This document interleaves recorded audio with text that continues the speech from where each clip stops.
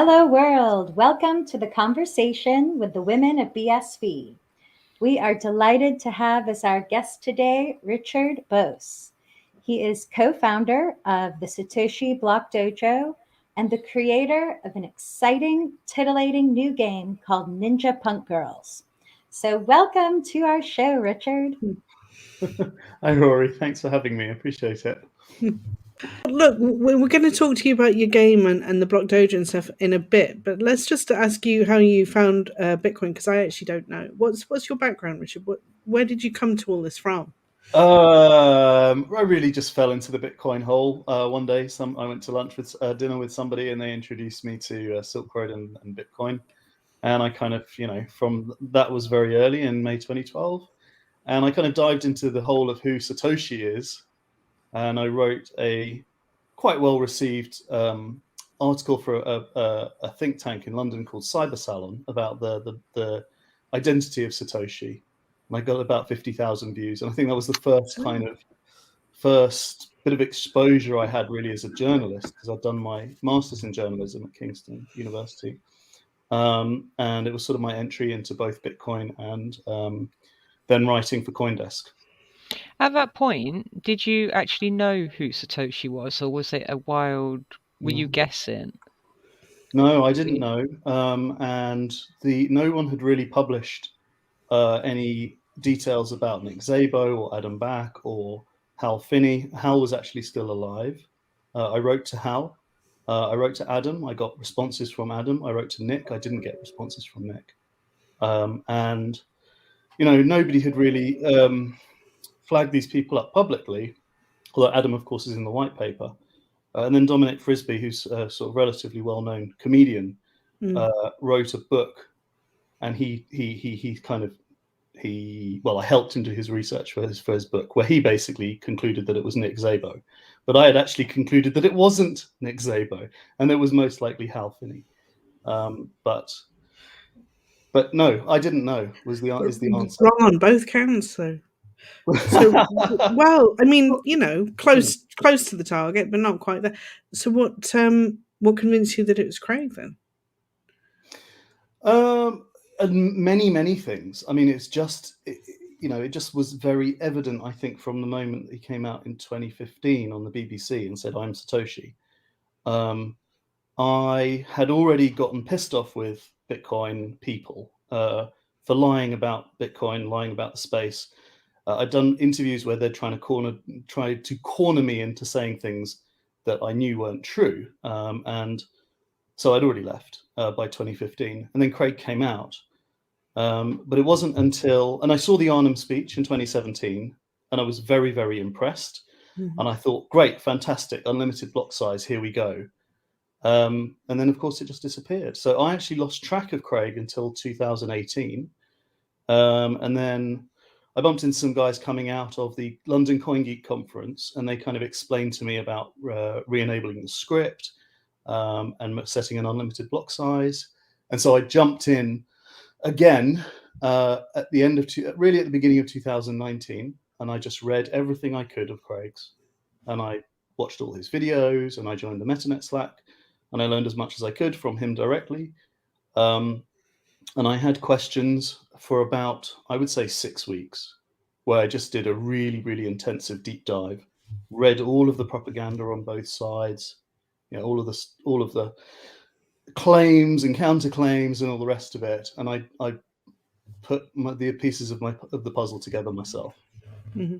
So I haven't really ever had any doubt that Craig is who he says he is. So I think that's the thing that strikes me. If you actually go and read all the stuff that he's written and all the talks that he's given, I don't understand how you could come away from that and ever be in doubt afterwards. That's the kind of bizarre thing. I think that's how people haven't actually read his stuff. Do you see what I mean? I just feel like if you'd actually gone and read the CraigWright.net website, I'm not sure you could come out of that unchanged. I don't know. I know a lot of people who, not a lot of people, but I do know people who read his stuff and are just unconvinced because maybe they don't understand what he's saying, or they don't want to understand it, or I don't quite know what it is, but Their wealth depends on them not understanding it. Yeah, sometimes people can't admit when they're wrong. It's a bit like politicians. You know, they will never admit if they are wrong or not. I do find it odd though, still. And But anyway, reading is rare. Talk about Reading- rare candy. Reading yeah, a book. maybe. Really. I mean, I have books that I keep close to me, but rarely do I read them. I'm always listening. Yeah, same. So, do you all actually read every day like Warren Buffett? I do. It's I yeah, do. it's I a lot of read it on the every day. internet though. Yeah. To be I read fair. quite a lot of Craig Wright. Yeah, so do I. I do have a stack Well, of good 20 on books ya. next to my bed, Rory, that I always pick up my iPad instead of my books, but yeah. Exactly. Yes. And So- I think that is the synchronicity, that our minds are controlled by what we're looking at on the internet to a certain degree.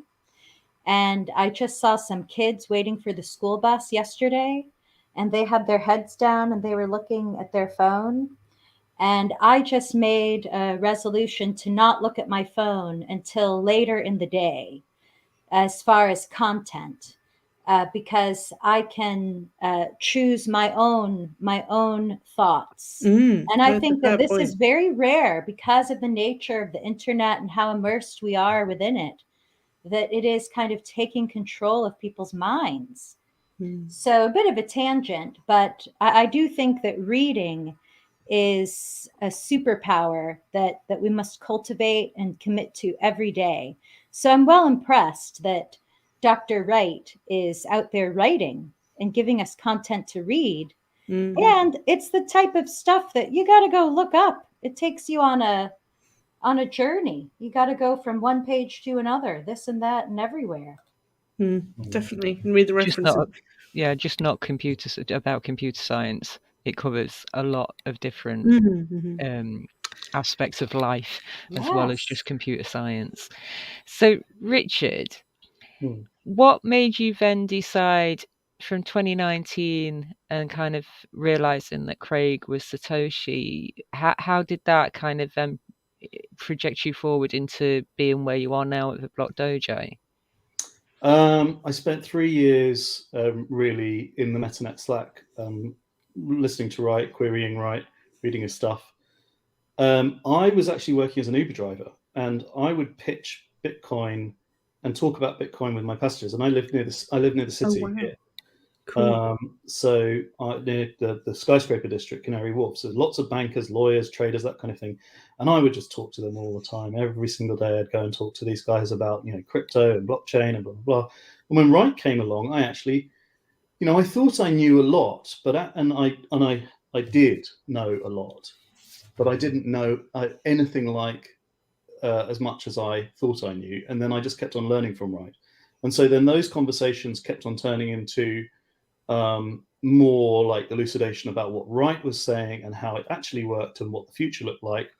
And eventually, who got into my car but Craig Massey, who's this, very kind of maverick serial entrepreneur who'd just come out of a very big exit selling a property company to Zoopla.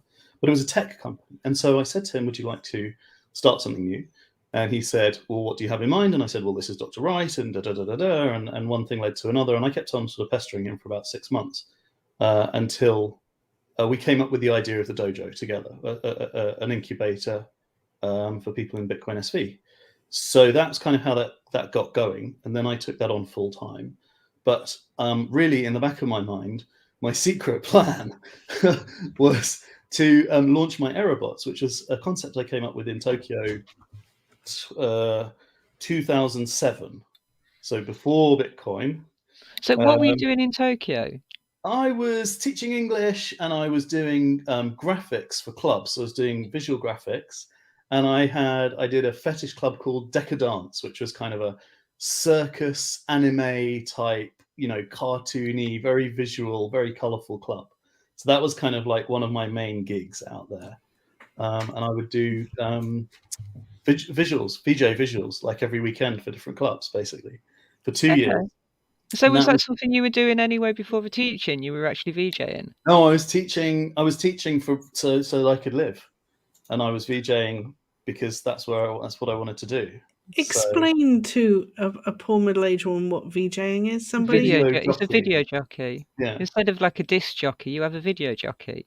So you're mixing video instead of like, I mean, a lot of the time with like projecting on the wall behind you or something. You know, you've got your music discs, your disc jockey would be your discs and you would mix them. Well, you've got visual imagery and you mix the visual imagery. It's a set, but it's more club based, isn't it? Because you know, but yeah, carry on. It's sort of making films and like cool, interesting looking visuals with a camera, but it's also doing animations and cutting things up and doing. So, you know, one of the things that I was doing was like very cartoon comic like pink octopuses and things like that. And Aerobots came out of that. It came out of a song called Yoshimi Battles the Pink Robots.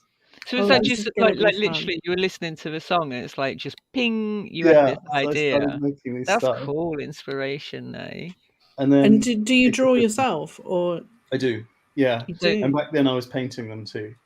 And it's a bit blue, right? As they say en français. Yeah, right?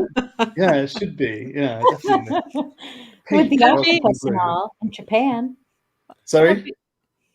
Well, with the octopus in Japan. Yeah, the pink taco. Yeah, that's exactly. like kind of ancient risque art. Yes, it is. Shunga. Yes. Yes. Oh, tell us a bit more about this. Come on, give us some history on the shunga. Shunga is kind of octopus porn. Don't worry, there's no octopus porn in the Ninja Punk Girls. Okay. Left that behind. Okay. Octopus porn. But Aerobots became a thing. So Erot means porn in Japanese, so or Eros being the god of love. So Aerobots are little love bots, basically, and they're supposed to be kinky and naughty and dirty and silly. I moved to Paris. I worked for Playboy TV. I carried on painting my Aerobots. I then started making like little models and doing more paintings and graffiti and stuff with them, all wound into that. And then I discovered Bitcoin. And then 2012 rolled around. I had a studio here in London in Brick Lane, and we couldn't do tokens on Bitcoin, basically, but it was right there. And it was like, oh, we can do this. And then we couldn't.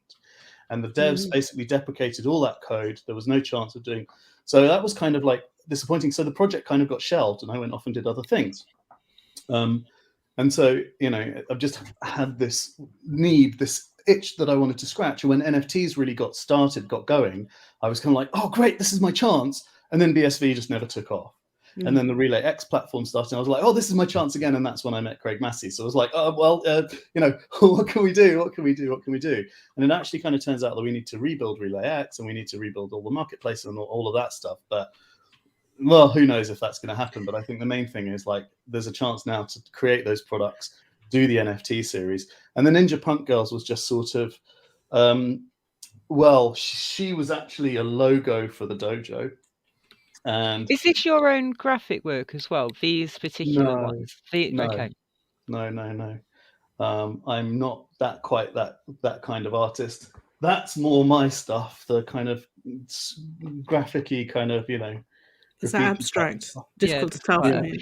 Difficult to tell. I know, but I mean, yeah, I used to draw a lot of cartoons, but no, this is a professional guy called Pranad. No, I understand that particular character is based on one of your friends. Yeah, is that right? That's correct. Okay. So how did that come about then? Like, is it just that, oh no, you've got to use my friend as a character? Is that how it? Massey asked me to do a logo for the dojo, and I got my friend made, and then we didn't use it. So I was like, okay, well, I really want to use this. And then I thought, you know what? Actually, the Aerobots need a counterpoint. So there needs to be something that they're battling against. And then it just turned into Ninja Punk Girls versus the evil Aerobots because it made perfect sense to me. And I was like, oh, well, this really works. And now we can do, you know, permutations, billions of permutations or whatever it is of these Ninja Punk Girls and the evil Aerobots. So the Aerobots, which are love bots, have now become evil. So how come the love bots have now turned to being evil? That's a very good question. All robots are naturally evil, surely. Yeah, I don't know. Well, the thing is that the pink robots were always evil because Yoshimi was battling the pink robots. So, that makes perfect sense. So you're going to issue some Aerobot NFTs as well then? Yeah, so series 2. So we've done series 1, which was kind of 14, concept characters, some of which you guys have bought very kindly. Yeah, I've got a few of them, yes. And then the series 2 will be, it'll be 3,333 unique crosses of those 14 characters, but we've thrown some secret extra characters in there as well. There's 400 different elements, and we're going to drop the elements to the buyers so that they can then trade the elements to create special secret combos out of the elements that they put. So then that's kind of just the first. On a personal note, could you make any that are pretty? No, do you not like? They are cute. You don't like now an icon. Oh, come on. No, they're cute, but the ones I've seen are just very grimy. Yeah. So I thought, well, I'm not getting any of those. They look grimy, I don't think you're the target audience, Rory. I guess not. But I mean, is there any opportunity to kind of brighten it up a bit, a little bit more fun? Does it have to be so, dark S&M style? Oh well, I think that's the essence of the era. I think that's certainly the Ninja Punk Girls are not supposed to be SM. I think. Don't worry, Rory. We'll do something else. Okay. Yeah, we can have our cute fluffy. We can talk to Richard about doing our own cute fluffy range of women of BSV. See if he's got any pointers for us. Femininity is also attractive, I think. It's kind of like they're very militant. Are they? I think that's the idea, though, isn't it? Because they're like an army, right? Like, in Teenage Mutant Ninja Turtles or something, they're doing battle. They've got to have like weapons. That's right. They're ninjas. Nunchucks yeah, that's true. I guess militant is not a bad word. Punk. So what's the story? Tell us the story then. What happens in the what's the idea for the game? What happens in the game? Why are they fighting the evil bots? Where have the evil bots taken them to? Why have they gone somewhere? Give us a story. Okay, the Ninja Punk Girls are rescuing their boyfriends from the evil Aerobots who have captured them and taken them into their underground lair, their dungeon. Right. So are Aerobots then? Are they female? Yes. Oh, so the evil love bots are female, and they've kidnapped the boyfriends of the Ninja Punk Girls. You got it. Okay. It's a story of our time. So the robots are going to be saucy as well, then. The robots are definitely saucy. We've got a lot of jealousy going on here, then, between the Aerobots and the Punk Girls. I don't know if there's jealousy or not, but the Aerobots are definitely bad. It sounds like you've got a really fleshed out world going on in your head here to me, which is cool because it means that you've got lots of different directions you can push it in, presumably. Is it going to have a game associated with it? Yes. So the first idea is to actually have cards. The NFTs should be cards. Sorry, cards. A card game. So you'll have strength, skill, speed, sexiness, stamina, and stealth. We call it the 6S system. Top trumps, basically. Yes, top trumps, and you can battle against other people. And so theoretically, at least, you lay a card, your opponent lays a card, and one of you wins. Very simple. We just want to nail the first iteration. The most simple card game that we can. So would that be physical cards? No, this is just digital. Although I actually think physical cards is a good way to go, but these are not suitable for the playground. Let's be fair about it. Okay. They're not going to be sold in the newsagent on the corner of the street now. Okay. But I don't know. We can sell them at Forbidden Planet. We can sell them in, collector stores in Tokyo. There's definitely going to be a market for these kind of things. It's not quite Pokemon because it's, a little bit adult and kinky. So it's more, I think, more aimed at the crypto generation. The people that actually like to buy and trade NFTs. That's our market. So I don't know if it'd ever go physical, but it's a cool idea. I would love to have actual,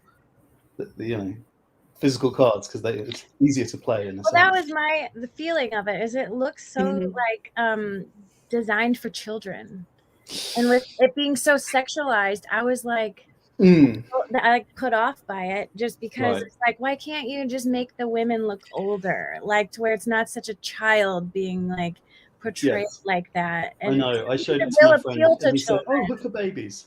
regardless. And there's not a lot of, I don't I know. That know. was just my thing, is they look like little girls. I'm used to reading manga, and then there's a lot of it is very stuff manga. that's It's a for thing, adults. yeah. With, Anime. like, I don't know what that young- is. I've never been. These are all these kids who grew up to be grown-up men who still really love the anime stylings, right? Yeah. Mhm. I 100% agree with you, Casey. And I actually, the thing is that, I got into this just creating cool, funky, cute little things. And I have moments where I'm just like, oh, that's a bit like that's a bit over the line, actually. And actually, look, I'm here with the art that I've got. We've created the system, we've created the cards, we've created the products. It's provocative, I suppose. It's not aimed at children. Yeah. So, I'm kind of, that's where we're at right now. And No, it's fine. It was just, that was my initial thing, was it's like, these are little girls, kind of like the LOL dolls, where like oh god, I they hate look those like things. normal dolls, but then you Yeah, they don't look submerge very them in good. ice water, and this like lingerie shows up, and all these pedophilia symbols on these dolls show up. My Like, kid, Okay. he doesn't like Walmart. this. Dude, I've never and heard of they're that. totally sold at Walmart. Like, The and surprise is they spit or they pee.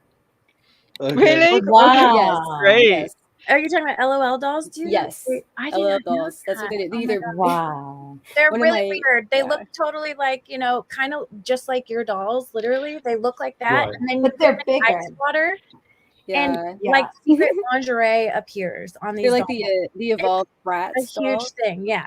So that Yeah. was my thing, is if we potentially are moving into a world where people are aware of like all the human trafficking and things that are happening in the background, like positioning our companies to not get sucked into that worldview.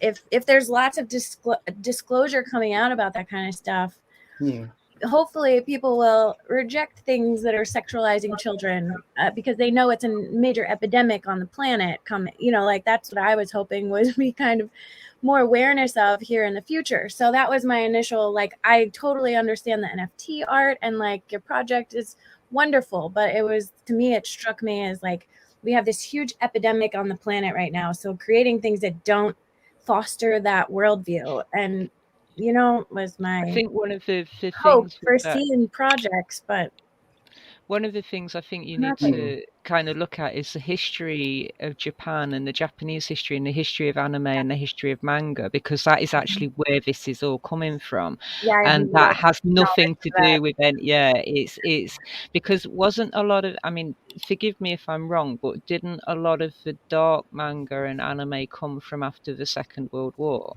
that. to Yeah. brighten Yeah. I up have no the anime knowledge Yeah, at all. and it's a huge. I mean, it's huge industry. It's massive, and it's worldwide as well. So I think we need to look at where that history comes from and why that history came about in the first place. Because, like, literally, they are all very. Is it's a They're all style. very, That's like very. what And Ray also, was saying too. Japanese Ray. women look about 30 years younger than they actually are. Yeah. There is no two ways about that. A 60-year-old Japanese woman can look like a 30-year-old just purely because of the diet that they have as well over there. So, I'm not. The female Just- gopniks. I You know love, how they I did love like anime. the female version of gopniks? Like, those are adult women sexualized. Like, like, fine, do whatever. It was just the younger, like, the marketing would be, to me, my first initial, like, looking at that poster behind you would be that's marketing for kids, because it looks like a kid's show or something. But they So see that this was is my where. like, how do you like keep it from getting into that? I don't know. I see what you Let's mean. hear Ray too. You were saying something about this because you're a gamer. I guess I would say, like, in America, I think we were kind of exposed to anime in like the late 90s compared to, I think in the UK, you guys had all of that, a lot more exposure to that. So over here, like, we didn't have a lot of access to it. You had to go to specialty shops to find it. So like most of my friends like didn't even know what manga was in the first place. But yeah, it's a style. I love the style. It's cute, but I also it is kind of hard to, like, when it's something that is adult, like hentai, the characters do look younger, but it's just the culture. You know, they're not promoting, you know, pedophilia or anything, but no, exactly. it is something you have to actually read up on the history on, you know, to learn more about it. But something like this is going to go down an absolute storm in Japan. You know, like instantly, this is going to be a real big seller in Japan because it's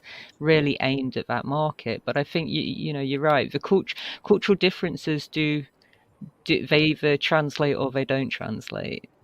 So the elements on the different NFTs that people can pick will increase their value then? Is that what you're saying? Like as they make them like a kind of like your Duro dogs, you can personalize it and so in Series 3, so the idea is we drop you buy a card in Series 2, we drop you all the elements for that, and then you can trade the elements and combine them to make Series 3 combo cards.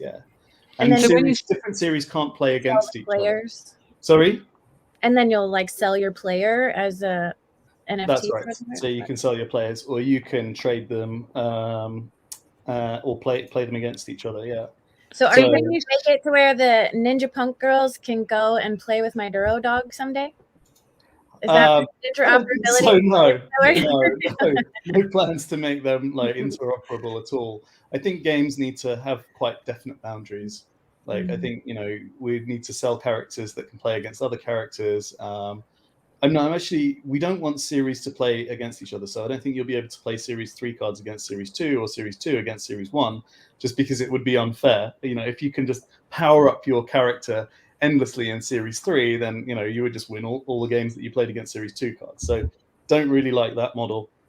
Not really a fan of interoperability. By the way, I want to acknowledge actually, Casey, what you said, I think, about the young characters, I think is really well received.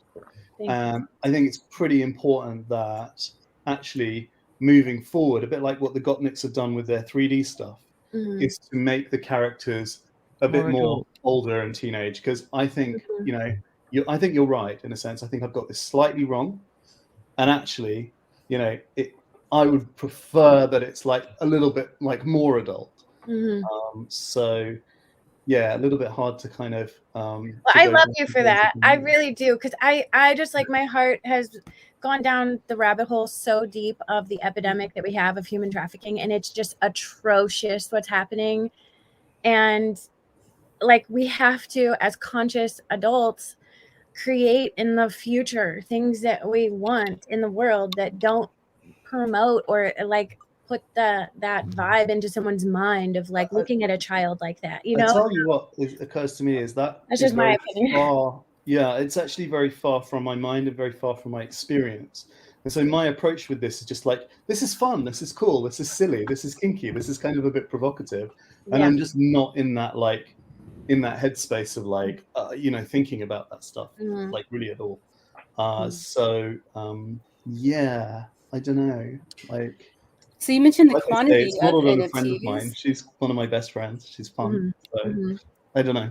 So you mentioned the quantity. Like how many? Or what made you pick 3,000 or 3,333? Yeah. That is just a guess. So Lex with the Gopniks did 3,333, and he did them for 0.33 of a BSV each. So that's what we're going to do too. And we're just going to see, you know, what the market can stand, essentially, whether or not that's a successful formula. So obviously, we've had a lot of other drops on Rare Candy, particularly. There's tons happening on Relay X. So these would be dropped on Rare Candy then? No, these will be on Relay X. These will be on Relay X, will they? Yeah, okay. Yeah, most likely. Okay. And when you say about them right now, how can people start to review them and go and maybe buy one? I think it's just how can we go Ninja Punk look at girls them right now? Shall I share my Relay X so that you can see how you can view them? Yeah, and also to explain for the audience that might just tune in randomly, how can they go look at what you're doing? There's a lot of cards up for sale on the RelayX.io/Ninja Punk Girls. Yeah, I can. It's great. If I go, for example, this is. Can you see this one? So this is a Eurobot, Aerobot, yeah? Aerobot. Aero, Yeah. get it right, Aero. Like a troll. Yeah. So Little demons. That's it. she's an evil robot then. She's Yeah. an evil love robot. Yeah. Okay. And it is So- a social commentary as well for our day, because it is true that our boyfriends have been captured in many cases By the Video boy games. people By in video the games. spots. You got And it. so By we little do demons need like to these. kick some ass as the ninja punk girls. So I mean, really love it's going the to be art, empowering too. I So really like these drawings. Who enjoy is them. this? Explain who this is. That's nobody in particular. That's Aika's wig. Okay. So that's Aika's wig, and I think that's Ayumi's boots. So and that's Payne's eye patch. So when you say about elements, you can buy the different elements. So what you're talking about, you're buying like the body of a doll, and then you're buying like the wig, and then the boots, and then you can mix and match them. Is that kind of what you? No, you'd buy the Series 2 card, which is a combo card, and then it has a whole bunch of like Kazuya there has already got a bunch of things already. We're going to airdrop you the things separately, so you'll have your Series 2 card that you can play with, but play against other players with in order to win stuff. But you'll also get dropped all of the elements, which you can then trade, and you can create combos. So like the idea would be like, you're going to trade boots for other boots, or you're going to buy like a new hairstyle, or you're going to buy some weapons, and then you're going to stake those cards together, and you'll get a Series 3 combo that will hopefully be even more powerful than you'll be able to play against other Series 3. And as you do that, as you stake your elements, you actually take those elements out of circulation, making the remaining elements more rare and more rare. So it's basically a trading game.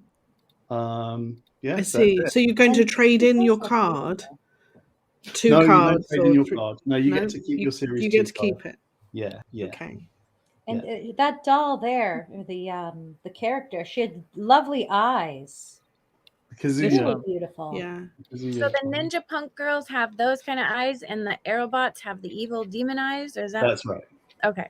You got it. Aerobots means porn bots in. Yeah. Is that what you love? mean? She's a love bot. A love bot. Okay. Something Eros was the god of loving. It was Greek. He was the Greek right. god of love. Yes. Eros was the Greek god of love. So you're putting quite a lot of mythology into play as well, in some elements of this game. There. A little bit. I mean, she's got like a trident. No, that's a sai, which is is it? it's a traditional ninja weapon. Which is a small version of a trident. Maybe, but it's not sharp. A sai is actually, it doesn't have sharp edges. Okay. And what would you do with a sai then? Knock him in the head. Somebody with it by look at it. I think actually it's something you have two sai, and you, if someone is attacking you with a sword, sai are things that you can defend the sword gets yourself with caught in it and pull the sword out of your opponent's hands. Yeah. No, you see, this one's a little bit risque. Yeah, Scarlet is a bit risky. Yeah. And she's got evil. She's got evil devil eyes, though. But is she just like mad with rage because her boyfriend has been kidnapped? Or... No, Scarlet is an aerobot. So she's. So how do I know she's a hussy? How do we know that she's an aerobot? The red eyes. It's just the eyes, is it? Okay. Yeah. And then Joy then is also an aerobot. Yeah, well, you can tell from the skin. You see this? She's got because she's like metal. It's like pieced together. Yeah. I like her hair bob. That's cute. So let me see. Have I got more aerobots than I have? Oh, here you go. I really like this one. She's beautiful. She's so cute. Yeah. Yeah. I see. So she's got really lovely, bright kind of little eyes, and she's quite cute, and she's all pink. So who's the artist? That's an Indonesian artist called Pranadipa, and the aerobots are a mixture. There's two artists. I think one of the guys is German, and then the girl, the risque one, is done by Zoe in New Zealand. So these are kind of like characters that I drew, and then I modeled, and then tried to and then asked professional artists to actually give me their interpretation. Right. Okay. I mean, I like this one as well. I think they're so nice. I really enjoyed them. I think they're really cute. What was the first piece of manga you ever saw then? Because like I'm or kind of because I was at IKEA, and IKEA was back in really early 90s. I'm sure it was. Akira was the first manga I watched too. Was it? Yeah. I'll tell you, the first manga I ever watched was The Little Mermaid, Hans Christian Andersen's The Little Mermaid, and it was devastating. Was that actually made into a manga? It was done manga, the whole animation, and I thought it was Disney. Why is this one got no legs? That's a misprint. Cool. So it's super rare. Yeah, exactly. Well, we threw out just a few misprints just to kind of tease people a little bit. The thinking behind this is something like, if Ninja Punk Girls is a really worldwide successful brand, then you will own a misprint from a very early series, super early. Ooh, and hang so on to therefore that one, it will Diddy. be a valuable collector's item. Oh, I thought it was something to do with the metaverse, because nobody in the metaverse actually has legs. Gas mask. So if you do a video game, Richard, what kind of game is it going to be? Is it going to be like a scrolling game or a 3D? Have you ever seen Super Gem Fighter? No, I'm hopeless with games. Super Gem Fighter is Street Fighter 2. It's like a cute version of Street Fighter 2. Now, I would ideally do that. You have, let's say, we both put a pound of Bitcoin in our arcade to play each other, and then we battle each other for the energy, right? So we're punching and kicking, and like when we hit the other player, we win some money off the other player. So that's the ideal situation. The problem with that slightly is that it's all 2D, and 2D animation is expensive.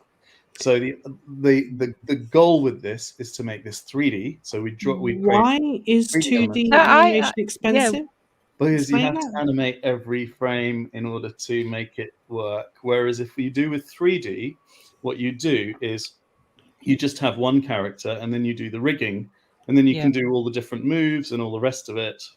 So you design once. Exactly. So a lot of the work is kind of done for you in 3D. So we definitely want to do. That's like the opposite of what I would have imagined, but okay. Well, who knows actually how. Would you connect to something like Haste Arcade? I don't know yet. I don't know. We've looked at Nifty Jigs. I'm certainly a big fan of Haste. I think ultimately it would be a standalone thing. And if the tech works, then certainly we'll try and sell the tech to bigger companies. But a Tekken, if you know Tekken, the fighting game, that's sort of our ideal. That's my ideal. Sorry, that's the game that I'd like to make. Love Tekken. Me too. Exactly, right? I'd like to make cute Ninja Punk girls beating the crap out of cute Aerobots and vice versa. So what will the gameplay look like? I mean, where are the boyfriends working? That's what I was just going to ask. Where are the boyfriends? Yeah, where McDonald's and Uber. I hadn't thought about that. They're on the 5D. Hey, they're on the what? 5D or 5G? I'm joking. I don't know where they're working. I haven't really thought about that. I assume that to me, it's like Super Mario, where Mario's girlfriend, the princess, has been kidnapped by Bowser, and you never really see how it happens. No. He's on a mission to get her. You just see her at the end. But obviously, I mean, this is a kind of thing that if it did go kind of really big, then you could make an animated anime movie from it, just making sure that your characters are more adult than a little bit more grown up. I think I agree with that. Yeah, because actually, you could take this. I mean, you've already got this idea. There are boyfriends who are going to be kind of kidnapped, but we don't. But I want to know who the boyfriends are, what they're doing. How do we get kidnapped? I'd like to buy one of the boyfriend NFTs versus the girls. I mean, could you do a male and a female do a line of the boys here? Yeah, I'm not sure how we're going to do that. Actually, I think we might have to give out prize NFTs as boyfriend prize NFTs. Haven't gotten there yet. My 12-year-old son, if he saw that stuff, he would be like trying to play that game. That's all I know. Is like we gotta put some Yeah, guys. but 12-year-old boys Stopping him. are probably seeing worse Oh, I know. on a fairly regular basis. So this is the battle I fight with him having access to the internet. yeah. So I'm just going to share your website at the moment. You said that it's not actually physically up and running properly yet, but we can add an email address. So what's the countdown for? So that's the day that we're planning to launch. 26 days from now, we'll be. So this will be the 3,333 drop. Yeah. And that's going to be on Relay X. Yeah. And so what made you choose run tokens over anything else? Was there any issue with that in deciding on? I mean, in an ideal world, we'd definitely be launching on Stas. We would be building this whole entire thing on Stas. The problem with doing that, of course, is that there is no market for Stas tokens. There's nowhere we can particularly go to sell Stas tokens. Are you going to be the first one? Sorry? Are you going to be the first person to be releasing on using Stas? Well, so we're going to release on Run. That's the thing, is we're going to go with Run, I think, and do our first run of tokens on Run and test the market. If there's a market there, then we will build out, I expect, and I want to build out on Stas and have and make the migration in due course. The only reason that we're going on Run and Relay X is because there's a market there. There are NFT there. Are you considering this as a working prototype then? Yeah, this is. You would rather be on Stas. So I'm not sure this is a working prototype. I'm not sure that's accurate. I think this is a series that we're printing on, and this is the medium that we're printing on because that's where the market is. Okay. If we want to switch from paper to plastic in future and go from Run to Stas, I don't foresee a problem. I think what we could do is run a trade-in scheme, or we could just keep the elements separate. We could do the elements on Stas, for example, do the game on Stas. If you park a Run token in your game, maybe we're playing with Stas tokens, in fact. So I'm not sure that there's too much of an issue there. It's just it's one of those things that we'll have to cross that bridge when we come to it. Yeah. So what's the future developments for the website? What are you going to add to this? So we want to have a storefront there. Okay. So you'll be able, in theory at least, you should be able to buy NFTs direct from the website. If we can do it, I'd like to sell hoodies and t-shirts and caps and other casual fashion accessories. Oh, it's crying out for that. Yeah. Mugs and posters, that kind of thing. Yeah. We, like I said before, we've got some music commissioned. I'd like to have the Ninja Punk Girls be an actual punk band, a little bit like the Oh my goodness, turn them into a real punk band. Wouldn't that sell be cool? wigs. Get wiggy with it. Yes, sell the Ninja Punk Girl wigs. That would be so much fun. So have you auditioned anybody for is the a real wig band designer. yet? So that's the thing. Yes, she is. She does cyber dreads, cyber wigs.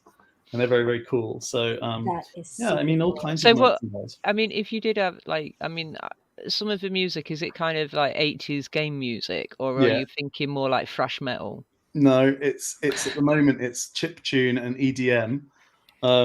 But I think Amber is one of the punk girls, and she is a punk singer, and she's got a lovely voice. So we're planning to put her vocals on some music. Did you know Rory was in a punk band? She fronted a punk band in China, in Beijing. Really? Yeah. Wow, I did not know that. Good times. It was more experimental performance art. Sure. Yes, but tell us about Amber, please. Amber is one of our brand ambassadors. Amber is a punk singer, and she's a singer. What can I say? Mm-hmm. We haven't made Amber into a character yet, but I'm certainly keen to have our brand ambassadors be real Ninja Punk Girls, or vice versa. Is she going to sing in Japanese? I don't think Amber can sing in Japanese. Yeah. But Japanese is very funky and poppy, even. Yeah. You know, like Tokyo Groove, they play the K-pop. classics. I do not know Tokyo Groove, but I have listened to a lot of like different Tokyo pop music, and I don't know, K-pop as well. I think, I don't know. Look, I really want to turn this into a brand. I would love it to be a comic. I'd love it to be a cartoon. I'd love it to be all those things. I'd love it to be lots of different games. The reality is, we're right at the beginning of this journey, and we're doing an NFT drop. Yeah, because don't you say you're actually like even though you're co-founder of the dojo, you're actually a participant at the dojo, and this is your business that you are pitching to the dojo. That's correct.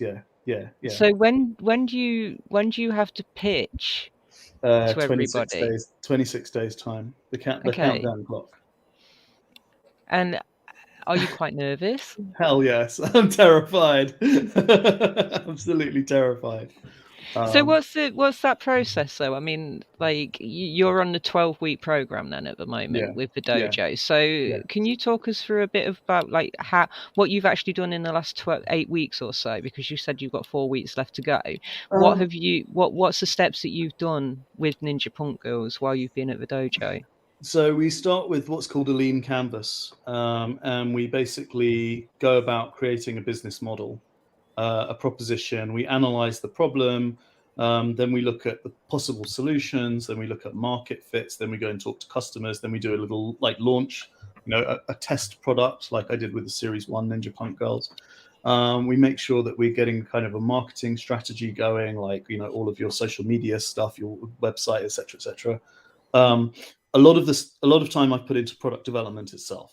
So I've been working with artists, working with musicians, working with my CTO, Alex Bredman, who's a software engineer, to make the game and also to do all of the randomization of all the different bits and make sure all the nice, all the bits are in different combinations and it all looks correct, it all comes out correctly. And we've done some quite interesting stuff with that as well, like putting URLs inside the cards, so unique URLs that have their own Bitcoin wallet, and teams and genes and stuff like that. So it's quite in depth what I've done with Alex. We do business planning. We also get lots and lots of exposure to mentors. So we have 2 weeks where we're like literally just talking to mentors, meeting loads of mentors from different places. The mentors that I have been blessed with, frankly, the CCO, Chief Commercial Officer at Bitstamp, called Mel Tipriakis. She is lovely, very, very high-powered. I'm very positive about Ninja Punk Girls. We've got the CEO of the Beano, David Guppy. Wow. He's really excited about Ninja Punk Girls. What is that? The Beano is a classic comic that's been around for years. An institution. He's the one with the black and red. Yeah. Is it black and red? Yeah. And the fuzzy, like the Dennis the Menace. Yeah. Dennis the Menace. That's it. And Nasher, his dog Nasher. Yeah. Wow. It's sort of naughty. Schoolboy humor. Schoolboy humor, yeah, exactly, without being too offensive or anything. It's just very much like a British institution, in a way.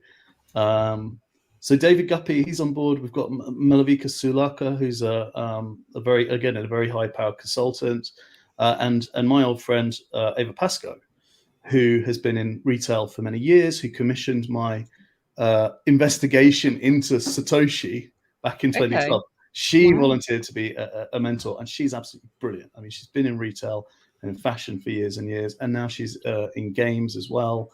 So we've been having discussions with game developers and all these kinds of things. So it's very involved, that whole process of meeting mentors, building out business plans, building out pitch proposals, creating. Well, now we're in the most process of doing financial models. And these are people at the top of their game as well. Yes, they are. Yeah. And we met many of them as well. It was very interesting. It was, we really have a lot of exposure. And so all of our teams have had lots of exposure in the dojo.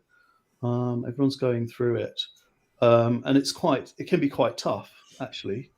It's a lot to get through.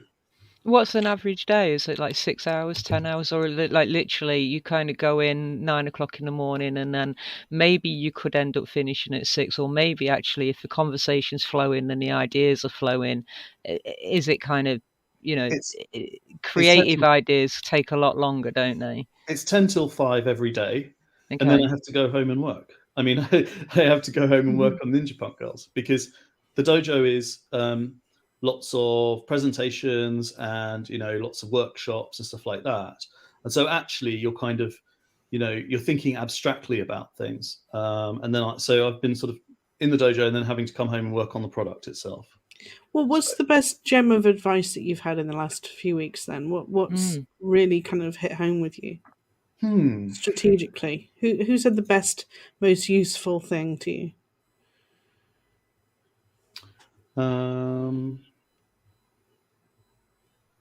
I think the most important thing that I've come across the entire program is the focus on the customer. Now, I want to make my customers smile, right? Yeah. I want to connect with people and give them something that makes them happy, right? If I have happy customers, I've done my job. They're happy, I'm happy, the company's happy, everybody's happy. So it's really super focus on the customer, talk to the customer, you know, really engage and design your products around the customer. That's the most important thing from my perspective that I've heard.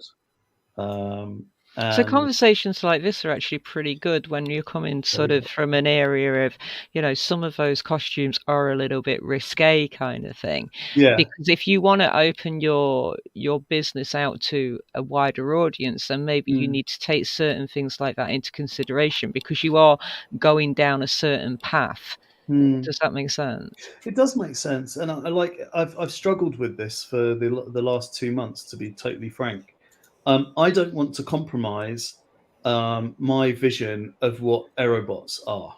Yeah, right? Yeah. I mean, I suppose it's like, you know, the Playboy, for example. Playboy was always going to be, I'm not saying that you are, but Playboy was always going to be one thing and aimed at a certain kind of audience. So, but it depends which outlets you're offering it on. I mean, that's the thing.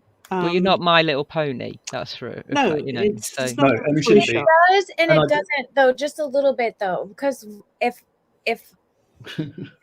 the world appears to be moving into a direction where truth won't be as able to be censored, and people will be able to learn about a lot of the stuff going on that they clearly are censoring, right? So if we moved into that world, positioning your business for sustainability is important. If there's a lot more disclosure about collective uncomfortableness with the sexualization of children, you would want to take that into consideration as you position the future of your brand here. You know, you're absolutely right. I don't know what I do about. More people are waking up to the fact that this is a huge issue, and it's a lot of intentional censorship about it. And we get past the censorship chokehold. If we can accomplish that as a collective, your business would suffer long term if people start rejecting that vibe. Do you know what I'm saying? Like on I think they're saying that they look too young, like, and I think that's a totally valid criticism. Just like, I think at this point, if I could make them look a bit older, I would.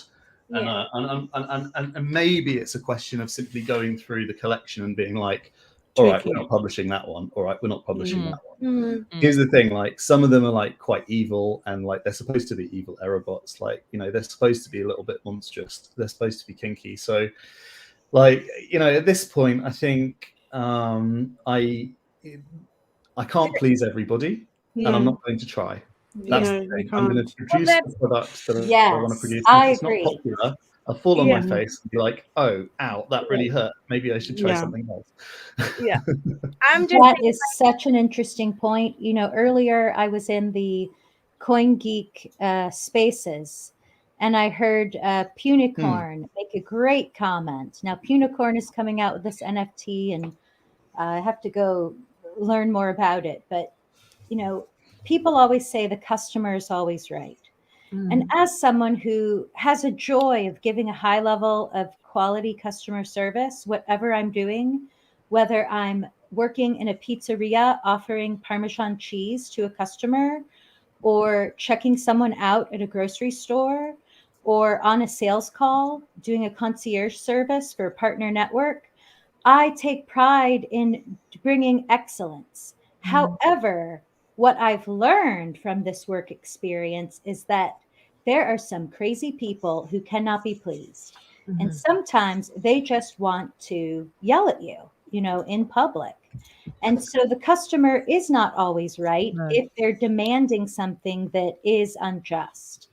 And so I think that, that comment that Punicorn had made is really relevant here, is that, yes, there's things you can learn and you can grow from, but you are committed to your vision and your vision of excellence. And if that involves some kinky shit, well, then, so be it. I don't have to buy it. I'm actually not even in your demographic. I'm not spending that much money on an NFT. I can't afford that right now. So why should you even listen to my feedback? What do you think? Have you ever seen Happy Tree Friends, you guys? Seen what? Who? Happy Tree Friends. A long time ago. What's I've that? heard of it, but I don't know. It's just a really silly cartoon with rabbits and, cute little animals, woodland animals, and they just hack each other apart with like the biggest, nastiest weapons you can. I have seen that. Horrible torture on it, and it's hysterical. You should see the stuff my kids watch, Yes, on I would Nickelodeon not and stuff. I mean, seriously, cartoons these days are mostly for adults. Yeah, adult cartoons. Whilst being marketed to children. I mean, this is something that I've found since they're about age 6, South Park. That started in the 90s. Yeah, exactly. It started in the 90s with South Park and The Simpsons and Remy Stimpy and all of that lot. It's crazy. I mean, it used to be Wile E. Coyote, and Roadrunner. That was about as bad as it used to be. Come a long way since then. Yeah, definitely. Right. Recently had a little clip where Eric came out as the CEO of a big sports team that has a controversial logo. And he came out and made a kind of lewd drawing and, said that this is our new updated marketing plan. And to a certain degree, that kind of ballsiness is really essential to business success. Yes. So on that note, one quick thing I was just going to bring up was something I witnessed this happening was the Netflix thing where they had that show Cuties or whatever, that series. That did have a lot of pushback. Yeah, people they had really huge pushback. So I'm just saying, you don't want to ever fall into that wave of people that are trying to. That's a very good point, Casey. It's happening on a mass scale. Even if the individual doesn't do it, people that see these things, these projects that have that kind of energy to it, you could get a shit ton of people falling on your back trying to make it their mission to destroy you. For brand sustainability is all I was trying to say from a business long-term perspective. If more people are having some great awakening to these things and they're collectively cancel culturing things that they feel are in that vein, it could greatly stop your entire trajectory and momentum if that occurs in your game. I'm not saying that it's good or bad. I'm just saying there's a that would be bad. That would be bad from a business. It's not the direction you want to go in. As people are waking up. But I think also I don't want to create the kind of outcry or problems that Cuties created. By the way, I never actually watched that, but I heard that it was some kind of criticism of that kind of culture, and then it got cancelled. Despite but it was portraying it. That's the thing. They were following kids around with cameras. I don't know. Right. It was a very grey area, wasn't it? I don't want to get caught up in that kind of stuff. And I actually, I mean, I think the difficult thing with this is, this stuff has been knocking around in my head for ages. And I just wanted to push out something fun and kinky and naughty and silly. But actually, when it sort of came out, when I was coming up with this stuff, that was 12 years ago, 13 years ago. So maybe things have changed a little bit. That's a good point. Certainly the culture is very, very much more cancel Well, I mean, and there's for the better though. People canceling specifically the sexualization of children. So it's not just like random movements. It's this one has really got a lot of momentum behind it. You know, Save the Children hashtag has been like completely scrubbed from the internet. So why is that being censored? You know what I'm saying? It's just crazy. So that cancel culture people could you know, just bring that out, since that was part of our initial you know, reaction to seeing some of the drawings. All of us kind of experienced it a little bit, you know, that taken back just a little, but they're still really amazing and cool, and I love the idea and project. So just like bringing awareness to, you've got the mom perspective. I've got the mom. Well played. It's the mom thing. Yeah, I've got a little girl and a young boy, so it's in my awareness right now to be conscious of these things for sure. Not sure what I do about it at this point. Yeah, I don't know. It's so far down the road. Just as long as you're aware of it, I think that's the thing, isn't it? Yeah. Is it can inform the way you move forward from here. So I agree with you. It's a fun idea, and titillation ain't going away anytime soon, and nor should it. We were trying to figure out with, you know, some of the tech stuff that is like, how do we deal in the future moving forward with all new technology and digital exchange capabilities? How do we deal with these things that should have like a censorship to them for explicit content in that? Like it can just, that kind of stuff can go really viral too with the right technology that can't be censored. So instead of being able to go after a central place to take videos down, if it's a whack-a-mole situation, all kinds of things could flourish in the, you know, digital space. So it's just like, how do we deal with censorships? Like maybe there's some kind of like, you know, they put the M on the back of the video game or whatever, rated M for mature. So just, that's a whole new area of, we're going to have to figure that out in the metanet space. That's also been a big criticism of BSV right from the very start, right? Is how do you stop people from buying and selling illicit material, particularly child porn? And I think Dr. Wright's quite sort of straightforward about digital cash has identity firewalled, but that doesn't mean there isn't identity. And so KYC wallets, you know, at some point the governments will just basically say you have to have KYC with your wallets. And another thing that Wright says is that that Bitcoin, by dint of proof of work, is a feature of proof of work. The specific reason for implementing proof of work is not to make an uncensorable network, but to make a censorable network. People just don't want to hear that. It's like, okay, well, that's what proof of work does. It creates a regulatable system. So if there is an issue there, there's a way of tackling it. So despite the criticisms of BSV, I think, you know, if that is the case, big nodes that you can punish if they don't follow the law is a feature, not a bug. So one of the things that actually I think, you know, we're quite keen on in Dojo is having KYC wallets. Because as soon as you have a KYC wallet, right, a wallet with identity attached, you can do all sorts of things. You can do stocks and shares, you can do currencies, you can do securities of all kinds, you could do mortgages and wills and contracts and, you know, passports, etc., etc., etc. So that's really hard. Without identity, Bitcoin doesn't even really work, to be honest. But as soon as we have identity wallets, KYC'd identity wallets, like it's just a whole other world. Yeah, really. There's people that are against that. People are really against it. Yeah, I'm kind of against it because I don't like having my, you know, having to take a picture of my face, you know, the front and then both sides, and then it's saved somewhere. You don't know what's going to happen with it. You know, what if somebody?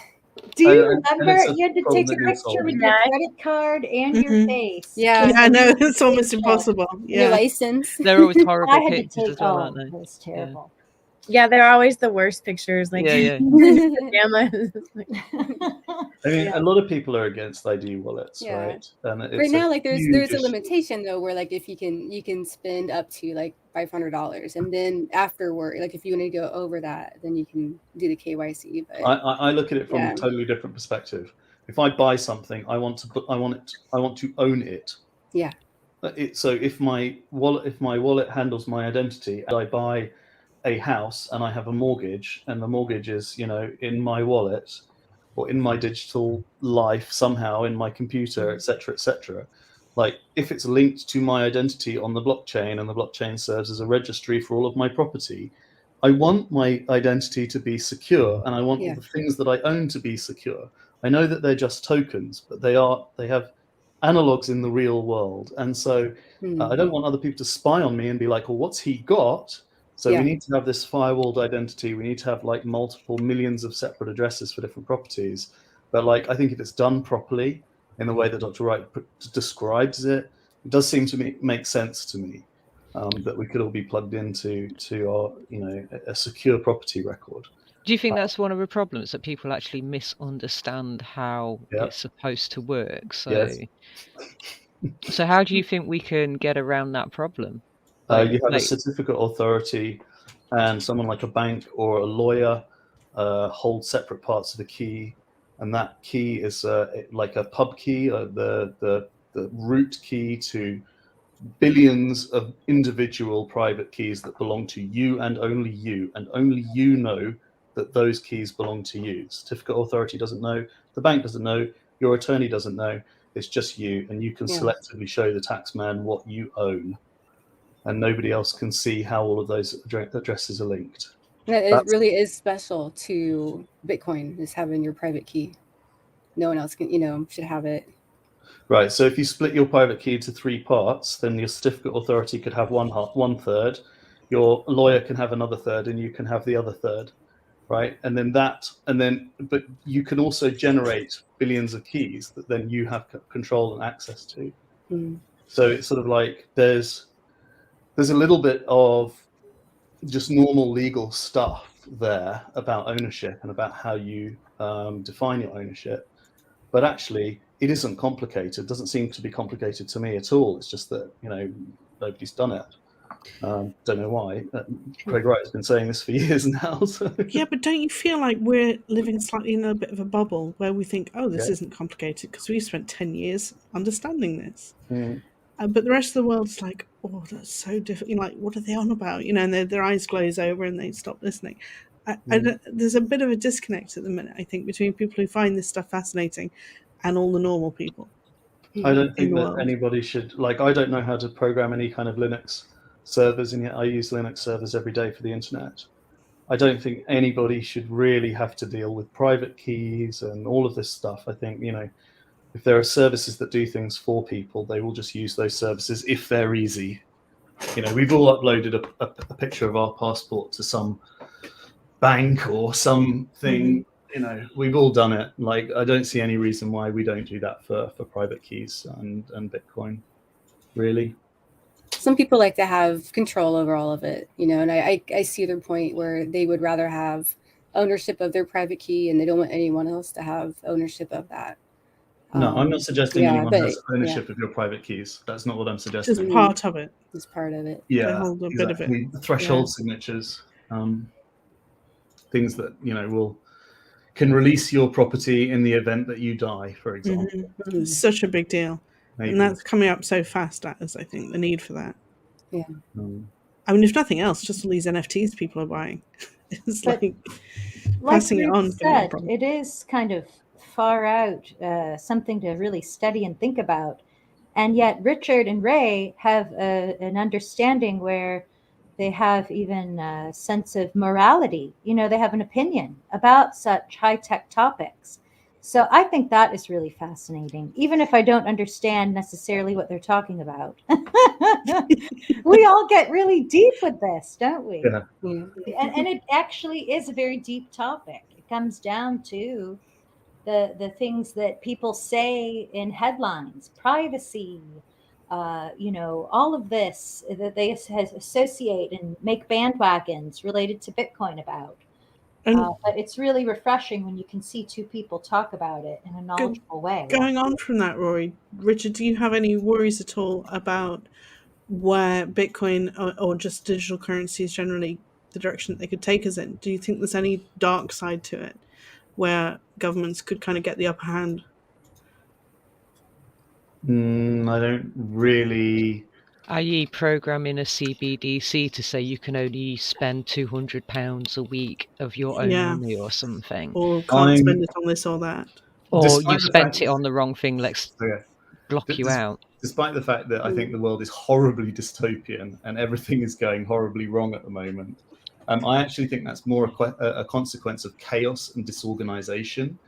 And I don't have the kind of, fear of the Orwellian future that many cypherpunks and underground libertarians seem to have. What I mean by that is, I think it's better if we have a global system that's regulated, where digital cash is very, very low cost, and people can use it privately. That does mean government issued digital cash. It does mean CBDCs, which should just be pound tokens that float around on the Bitcoin network for very little money, inside and outside of KYC wallets. I think that it would be nice if people are still able to use Bitcoin absolutely freely and without KYC. I think cash, people should be able to do that, and cash should be able to flow around in small amounts without any surveillance. I think that's absolutely possible. I don't fear a future where governments tell you what you can buy and sell. I don't fear a future where there's like oppressive authoritarian governments. Why not? Because I'm English, and my family came through the Second World War. We voted against identity cards. We generally believe in free markets, but we also have quite a strong welfare state with like subsidized hospitals, good social welfare. So I think I'm quite moderate in my politics. I'm not afraid. Do you not see that slipping away, though? No, no, not really. I think the thing NHS has been sold to America, And yeah, all, but I think all the schools have been privatized recently. You're aware of that, right? I think you make your freedom according to like what you want to do with your world. There's nothing stopping any of us moving to Africa or Thailand and just like, living in a place where there are much fewer rules and where it is frankly much more dangerous, and people are much more crazy and wild. The UK is a very safe environment. It's actually a very, very highly surveilled environment. There's more CCTV cameras on the streets of England than there are any other country by far. The surveillance state is in all of your banking. So if you ever use a credit card, it's not it's private, it's not public, but it's certainly not, in any way anonymous. There's complete records of who you are and what you bought and where you bought it, that overarching governments can go in and have a look at, and that's not the case with Bitcoin. If you've got a sufficiently private enough technology, there is no bank manager looking over your shoulder and checking out what you've bought. So, and that's possible with Benford wallets and all of the input-output things that Craig's been describing for so many years. So I just, but if anyone needed to, they could. Surveillance state. That's just how I'm wired. I think that there are people out there that will take advantage of surveillance, and there's other people that will duck it. And it's just, it's kind of a jungle out there. So, no one's in control. I think, I agree with you mostly, because I'm like you, a moderate, and I think the welfare state's a really good thing. And I'm all about, I voted Labour last time I voted in the general election. Although I am a capitalist through and through. But the things that worry me are the fact that these institutions that we value and treasure and think are so important, like the NHS and the public school system, and public meaning publicly owned. I don't mean, you know what I mean? Right. In the UK, that's all become privatized recently. Like fences have gone up around schools. They are, companies now that can go bust. All of them. Or when they became academies. That's what I'm talking about. Yeah. Comprehensives went from being a comprehensive school, which was completely public, they're to all being academies now, even academy. The primary schools. Yeah, and they have to, if they work within their budgets. Yeah, and if they don't work within their budget, then they can actually potentially just close. Yeah. There's lots of things that we think of as being still there that aren't actually there anymore, including the NHS. All these primary care trusts are now, privately owned businesses, all of them. You can still walk into an NHS hospital and get free care at the point of use, and simply not pay for it. I had an accident on a scooter last year, and I ended up in hospital for a week, and I didn't pay a cent. And they put me, they gave me drugs, and they gave me food, and they put me under the knife, and all the rest of it. In this country, though, we pay national insurance, which Yeah. which is specifically for our healthcare. Whereas That's I right. don't think they do that in any other country. You can have private healthcare if you want, but we pay national insurance. If we work, we have to pay it. You know, so that goes towards the healthcare in that sense. So it's, you might say it's free, but actually you've probably been paying your NI for like 30 odd years. I you have, know. and it's the welfare state, but it's free at the point of use, is my point. So I Yeah. don't know. It's I mean, there when you need it. But this is sort of where I'm edging to, though, with this, is that I don't know about you, but I haven't Well, it was. been into either my doctor's surgery or hospital for 2 years now. no. And I Over don't here, know over whether here I'll, it's crazy because and like I don't know whether remember, I'll ever be able to again. You know, Well, Yeah, because of 'cause COVID. they're closing A&Es.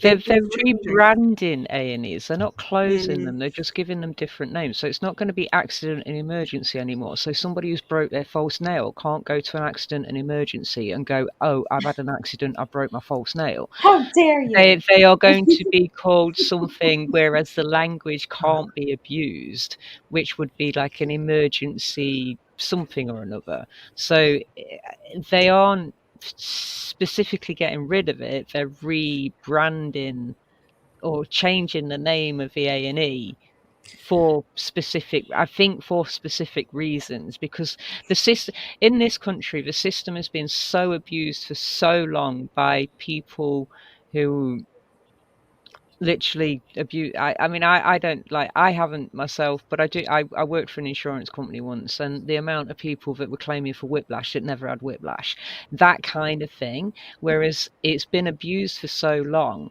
where people go and have a free boob job or something on the NHS, which actually, you know, that's not what the NHS is there for. It's not for cosmetic surgery. It was initially for accidents and war-torn heroes that needed surgery. I'm And going to stuff. disagree with you here, Diddy.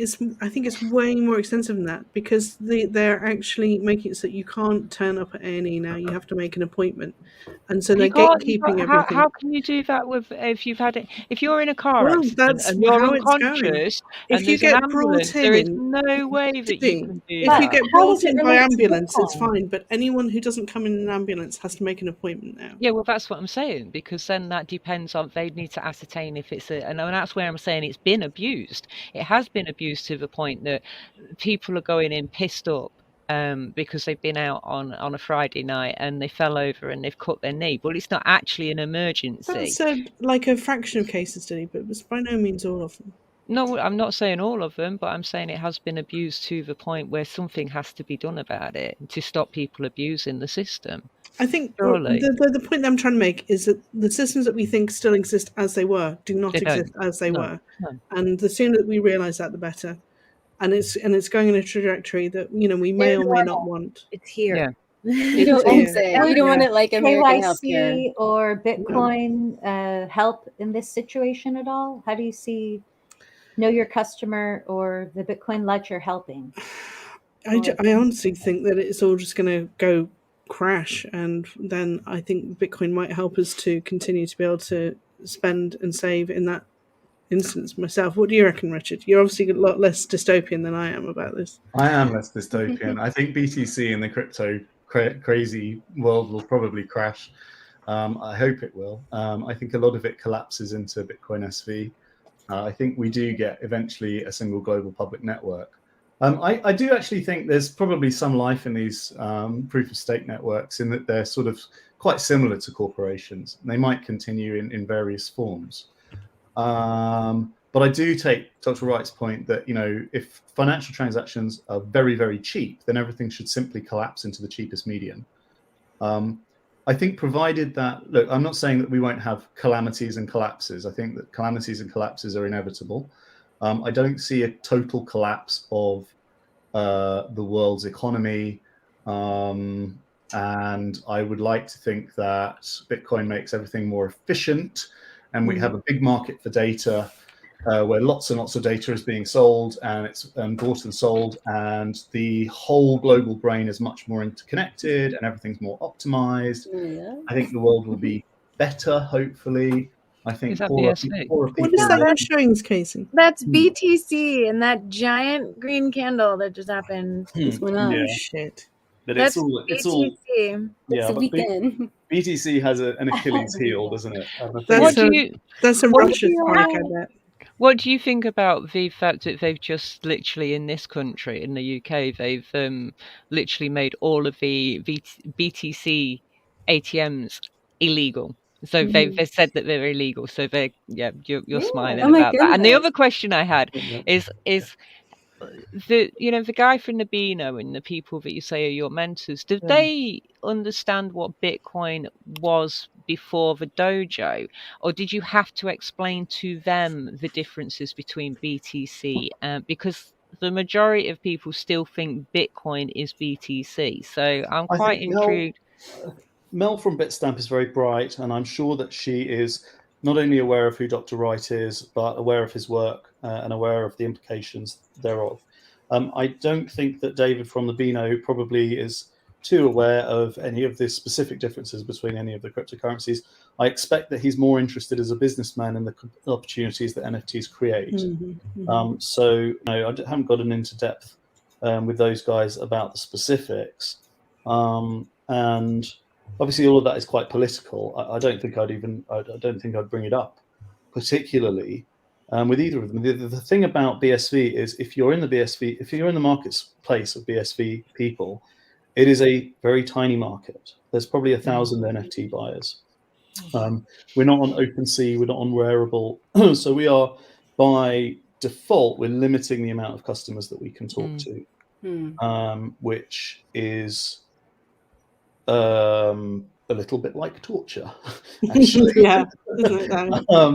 But and you sort of and certainly a lot of the mentors would question, well, what's the logic of launching on BSV? Why does that make any sense? And from our perspective, it's just simply, well, BSV is the platform that scales, and the other ones don't scale because they have no scaling mechanism, and so they can't scale, and so there's no point in building on them. And when the world wakes up to scaling and the mechanism, they'll be like, oh, well, that's obvious. Like, we'll just go and build on Bitcoin SV. Right. Yeah. We think that that's going to take a long time to unfold. Right? Yeah, you might inspire video game companies to buy into BSV. Say again? I said you may inspire big video game companies to buy into BSV. Yeah, I think there's, like Dr. Wright said, the seen and the unseen, right? We need the unseen. We need big enterprises and big companies to be like, hold on, we can use a blockchain for that price? Like, cool, let's just buy 1 trillion transactions. Did you see his numbers today on Slack that he posted? Say again? Did you see Craig Wright's numbers that he posted on Slack today? Yeah, I did, yeah. Yeah, that was pretty incredible. What was that? 1 billion transactions a second with 2022 technology, I think he said. What, by the end of 2022? So literally, as Terranode comes into play in Q4, then we'll get 1 billion transactions a second. Depending on how many computers get connected, I suppose. And with those big enterprises on board to make those transactions happen as well. It takes all types. Well, yeah. Technology and those interacting upon it or within it. But it certainly won't happen. Because a lot of the big corporations we don't want in this space, guys. We want a lot of the big ones to just shrivel up and become obsolete. Well, but that you can say I. You can say I with that, not we. Some of us want some of these big names to go bye-bye and not to be able to continue flourishing at an even better price. That's just my vote. That's a fair point. One of my recent sort of sales pitch ideas is we've seen General Motors and we've seen General Electric, and now I would expect to see a General Data. That makes sense. See a $1 trillion corporation that buys and sells data. That's a good name. You should go and General Data. GD. Buy that domain. Yeah, good idea. Yeah, be right back. So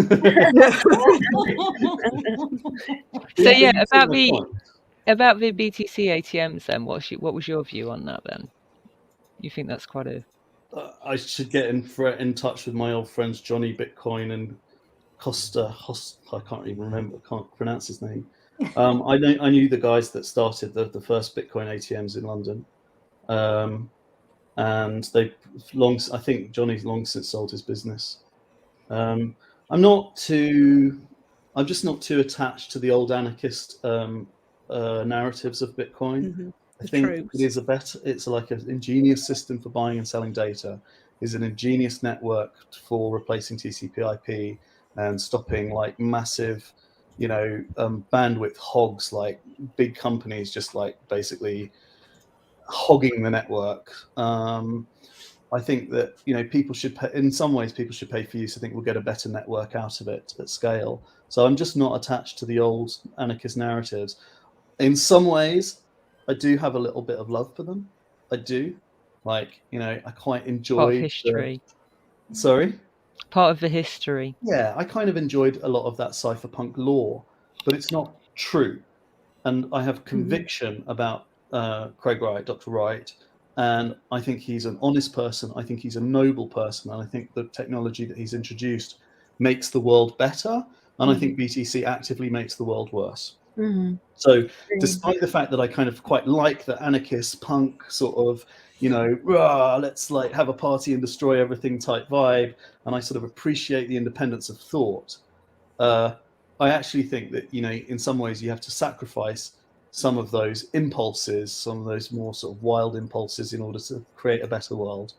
And I know that that's very unpopular with some people, but that is just my Englishness coming out saying, let's try and get Let's along. be reasonable. And they were bandwagoners. Let's be reasonable, exactly, Yeah, they just were bandwagoners right from the start.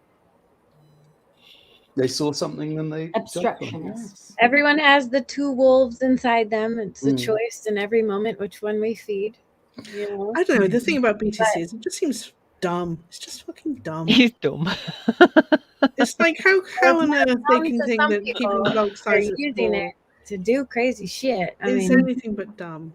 So why were the ATMs removed? Because we still have them over here, like in gas stations and stuff. Yeah, but literally, it was. I think it was today. The British authorities have said that like they are illegal and they need to be removed. And if you don't remove them from your shop or property within 30 days, then they will come and confiscate them. Simple as that. It might be the anonymity, Ray, possibly, because the people who have got the Bitcoin in the machines, perhaps they're not. There's some. I don't know. They're doing cash transactions without any regulatory body, so they can't. Like, I mean, you can't.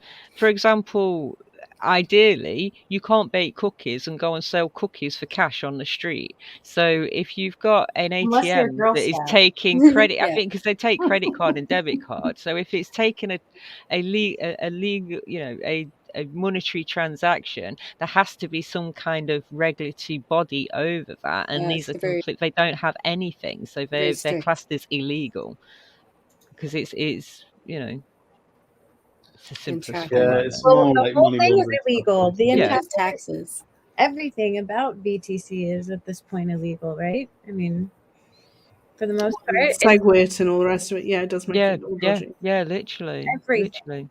I mean, I don't know if it's actually. I mean, El legal. Salvador have already been told that they cannot have BTC as legal tender, but I mean, I don't know how you regulate over another country to tell them, in that respect, but So give us some closing statements, Richard. Where do you see it all going with the Block Dojo and with BSV generally? What are you excited about? I'm generally excited about the Block Dojo. I think we've got lots of opportunities here. I'd like to see more wallets and more exchanges. I think there's a big opportunity for having data exchanges. Obviously the Block Dojo has big ambitions. We want, Craig wants it to be a $1 billion company, and he wants to incubate unicorns, $1 billion companies. I would like Ninja Punk Girls not to be a $1 billion company, but I'd like it to be a $100 million company. Yeah. Or at least $1 million company. So that's kind of where I'm headed. And I think ideally, we liken this to 1990s where HTML pages were springing up all the time and people were just creating new websites and linking them to each other. I think if we get lucky and the Copa case comes to term quite quickly and Dr. Wright wins it, which we're expecting him to win it quite decisively, then I think that should turn the tide in terms of public opinion, or certainly in terms of legal opinion. And then public opinion might change if coins are moved on the chain at the base layer and that kind of thing. I think generally it probably will be quite slow, maybe 2 to 3 years, hopefully not longer than that, by which time the dojo will have worked up quite a good amount of cohorts of companies that are out there doing exciting things, so that when the tide actually turns, we're way ahead of the competition in terms of, already having tools out there for people, having companies build real stuff, and we'll be able to super scale very, very quickly. We'll have that force multiplier, but it's a big gamble. So it's kind of like build now in expectation of the future. That's what BSV needs. They need more people like you, where you're building something big and you have a community with you to inspire. It's a grand idea. And I think it's great that you've got these, outlets, the Block Dojo, to help bootstrap companies as well, and send them off in the right direction too. Well, and go and pitch at universities. That's the thing. Like, I go and talk to students and explain the stuff to them and say, this is how it works. This is what's happened. This is, this is how the industry is rigged. Here are all the issues that you might face, but also here's a chance to build, and we're offering you money and we'll give you education and so on and so forth. Like I said before, that's a real privilege, and I really, really enjoy doing that. And I just hope it sticks. When is the next round of people could actually apply to Block Dojo? So applications are now open again, and I think the next cohort starts in May. I think, I'm not entirely sure. It might be either late May or early June. Okay. So if you've already pitched, can you re-pitch? Of course you can. Of course you can. Yeah, absolutely. The technology that I was building, that I shared with you, my vision in the past, has morphed a little better to a whole new user experience with what we're doing with Ryan. Super exciting. It's really exciting, and it could be of interest a second time around. So yeah, I'm sure it would be. I mean, I really liked your ideas before, but I think there were 3 ideas, weren't there, that you pitched as Casey, and we were kind of like, well, okay, well, which one? Which I explained all 3 phases, but phase 1 was just the link in bio platform. So we're still building that. That's going to be our MVP for Be the Broadcast. Right. We did change the name from Link BSV, like you had suggested, or whatever. So that'll be the MVP, and then we'll add the video, sharing a video to that, and then just continue adding features to where people can run social media on their own websites. Yeah. So Casey pitched, Rory pitched, and then the women of BSV pitched as well. Yeah, all at the same time. And Ruth, all at the same time. And it was all done in 3 days flat. Until, very late. I think there is a gap in the market for a BSV media marketing organization. I do think that's media and marketing is something which the space generally lacks. CoinGeek is around, obviously doing its thing. And then there's Tonic Power and Genuine Retweets, which are good little businesses. Genuine Retweets I particularly like. I'm very close with Nikki. And I like him very much. However, I do think that we need more marketing and media stuff. The problem is, 2 problems I'd say with that is, one, if it's an agency, it doesn't really scale. And so I'm still quite pro the idea of incubating that agency. But the second problem is that there may not be enough businesses to then promote in BSV in order to make a really strong business out of that. Although all the businesses that are in BSV don't necessarily have the budgets yet. So I think that media and marketing is hugely important. An agency with some really good tech behind it would be a really good idea.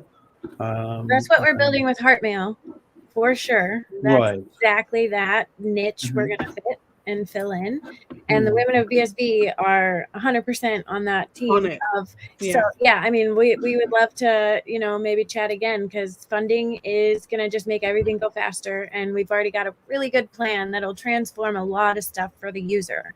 That being the focus of how they can do all that identity stuff we were talking about, logging in, all that. Like, there's people working on it. Just know that. And it's going to totally change Bitcoin and all BSV. Well, Ryan's very good. And we all love Ryan, actually. Also, I think Ryan got burned with Money Button and is very, sensitive about venture capital and things like that. But bear in mind, the Block Dojo is not a venture capital company. Yeah. Okay, we offer a little bit of incubation funds in order to get an idea going, and then the funding actually comes from outside investors. And VC doesn't even happen till after the first year. But yeah, I mean, I'm a big fan of Ryan's, and I'm really looking forward to seeing what he does with Heartmail and the social Bitcoin web. Explain to people how, because obviously I'm in the UK, so is Ruth. So, and you say you need people in the UK, but explain to people how, if you're not living in the UK, how can you get involved with Dojo? No, you don't need to be in the UK to be in the dojo. We have a team from Guatemala in the dojo at the moment. We have a team from Poland. We have a team from India. We had a team from Africa, but sadly they had to drop out. And Laura as well is in the Block Dojo. And let me see who else. Do they have to send a person in to actually attend all the kind of workshops? Yeah. So they need at least one person in the UK. Yeah. Or has the criteria changed? Because I'm sure when we pitched, it needed to be at least one person of your team that was kind of UK based, or is that just changed now? There needs to be one person in the dojo at least. And it's better if the whole team is in the dojo for the whole 12 weeks. So that 10K is actually to cover your stay in the UK if you're from outside the UK. So, and by the way, we had an American team who we loved, and they just couldn't do it. They couldn't afford it. And for 10K, they couldn't make it work. They had to do their jobs. So, I don't know. In practice, it is actually open to anybody from anywhere. The issue is they have to start, or we will start with you at a UK company. So you have to be here, you have to be in the dojo, and you have to start a UK company at the moment. But that could quite conceivably change next cohort. We start doing international companies. I'm not sure yet. That's unfortunate. I thought it'd be nice if there'd be an American one. It'd be lovely to do an American dojo. Yeah, it would be, and there's no reason why not. Yeah. It's just about cost of setting up, access to capital. Dagan. Say again? Dagan. He's an American. Your man in the US. Dagan would be awesome to run. Dagan wouldn't he? Awesome. Everybody shout out to Dagan. He is wonderful. Does he live in Texas now, is it? Yeah. He's so productive and positive. Just his vibes are wonderful. He's got so much energy. Yeah. But no, Baymel seems to have a lot of mileage in it. Yeah. Is there anything more you want to say, Richard? Yeah, come to the Discord, come to the Telegram group, come to the Twitter, come and buy Ninja Punk Girls in a month's time when we launch on the 7th of April. So ninjapunkgirls.com. Everything's on there, isn't it? Yeah, I'm excited for this. I do love the art. I think it's awesome. Yes, and having a second look, they do have very lovely eyes. Ninja Punk Girls. So I'm more open-minded now, Richard. Pretty good boobs too. Titillating. I loved your adjective. It is. Titillating is definitely the word here.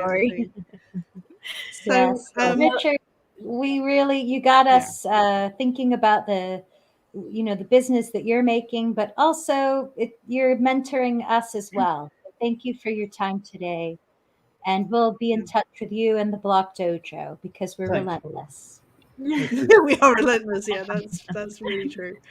Thanks so much, Richard. Great getting to know you more. Have a good day. Yes. And also Ninja Punk Girls for the world. Oh, that is, yeah. Thanks, bye.